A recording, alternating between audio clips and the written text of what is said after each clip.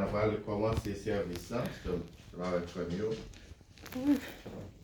Marie Barthélus, que le Dieu de l'espérance vous donne en plénitude la paix dans la foi et que le Seigneur soit toujours avec vous.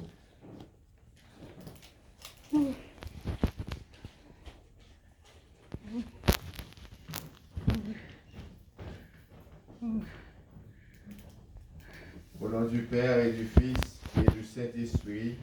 Amen. Même avec ce mieux, nous rassembler matin pour nous capables la prière avec famille Barthélus et pour nous demander bon Dieu dans sa miséricorde d'accueillir notre sœur Marie Barthélus, sa fille aimée, dans sa belle maison. Tournons-nous vers le Christ avec confiance et demandons pardon pour les péchés de notre sœur et les nôtres. Seigneur Jésus, Fils de Dieu, venu dans ce monde partager nos peines et nos joies, prends pitié de nous. Disons ensemble, prends pitié de nous. Ô Christ mort sur la croix, pour vaincre en nous la mort et le péché, prends pitié de nous. Seigneur Jésus, ressuscité d'entre les morts, pour nous ouvrir le chemin de la vie, prends pitié de nous. Que Dieu Tout-Puissant vous fasse miséricorde, qui vous pardonne vos péchés et vous conduise à la vie éternelle. Amen. Prions le Seigneur. Seigneur, n'oublie pas ce que tu es pour les tiens, un Père qui aime à pardonner, un ami qui ne ferme jamais son cœur. Écoute-nous quand nous t'implorons pour ta servante, Marie Barthélus, notre sœur, que tu viens d'appeler à toi. Tant qu'il a vécu au milieu de nous, tu as été son espérance et sa foi. Maintenant, reçois ta fille dans ta maison à la place que tu as préparée. Ouvre-lui tes bras et donne-lui le bonheur que rien ne peut détruire. Par Jésus-Christ, ton Fils, notre Seigneur, notre Dieu, qui vit, qui règne avec toi dans l'unité du Saint-Esprit, Dieu pour les siècles des siècles. Amen. Nous allons écouter maintenant la parole de Dieu. Lecture du livre de la sagesse. Dieu a créé l'homme pour une existence impérissable. Il a fait de lui une image de ce qu'il est en lui-même. La vie des justes est dans la main de Dieu. Aucun tourment n'a de prise sur eux. Celui qui ne réfléchit pas s'est imaginé qu'il était mort. Leur départ de ce monde a passé pour un malheur. Quand ils nous ont quittés, on les croyait anéantis, alors qu'ils sont dans la paix. Aux yeux des hommes, ils subissaient un châtiment, mais par leur espérance, ils avaient déjà l'immortalité. Ce qu'ils ont eu à souffrir était peu de choses auprès du bonheur dont ils seront comblés, car Dieu les a mis à l'épreuve et les a reconnus dignes de lui. Comme on passe l'or au creuset, il a éprouvé leur valeur. Comme un sacrifice offert sans réserve, il les a accueillis. Ceux qui mettent leur confiance dans le Seigneur comprendront la vérité. Ceux qui sont fidèles resteront avec lui dans son amour, car il accorde à ses élus grâce et miséricorde.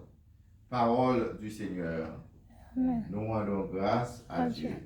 Après, répéter ensemble, le Seigneur est mon berger, rien ne saurait me manquer. Comme Le Seigneur est mon berger, rien ne saurait me manquer.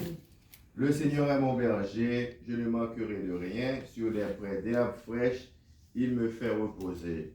Le Seigneur est mon berger, rien ne saurait me manquer.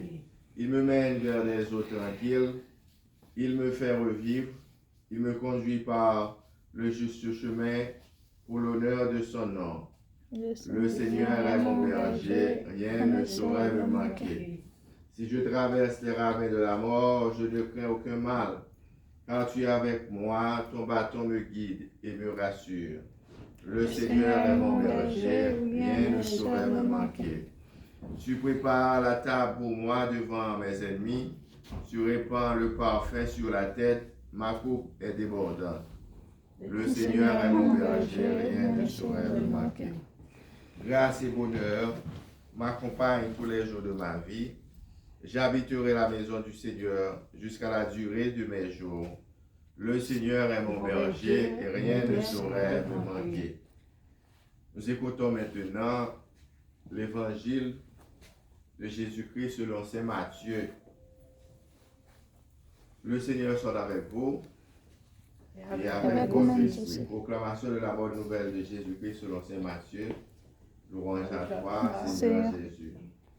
Quand Jésus vit toute la foule qui lui suivait, il gravit la montagne, il s'assit et ses disciples s'approchèrent. Alors, ouvrant la bouche, il se mit à les instruire. Il disait, heureux les pauvres de cœur, le royaume des cieux est à eux. Heureux les doux, ils obtiendront la terre promise. Heureux ceux qui pleurent, ils seront consolés.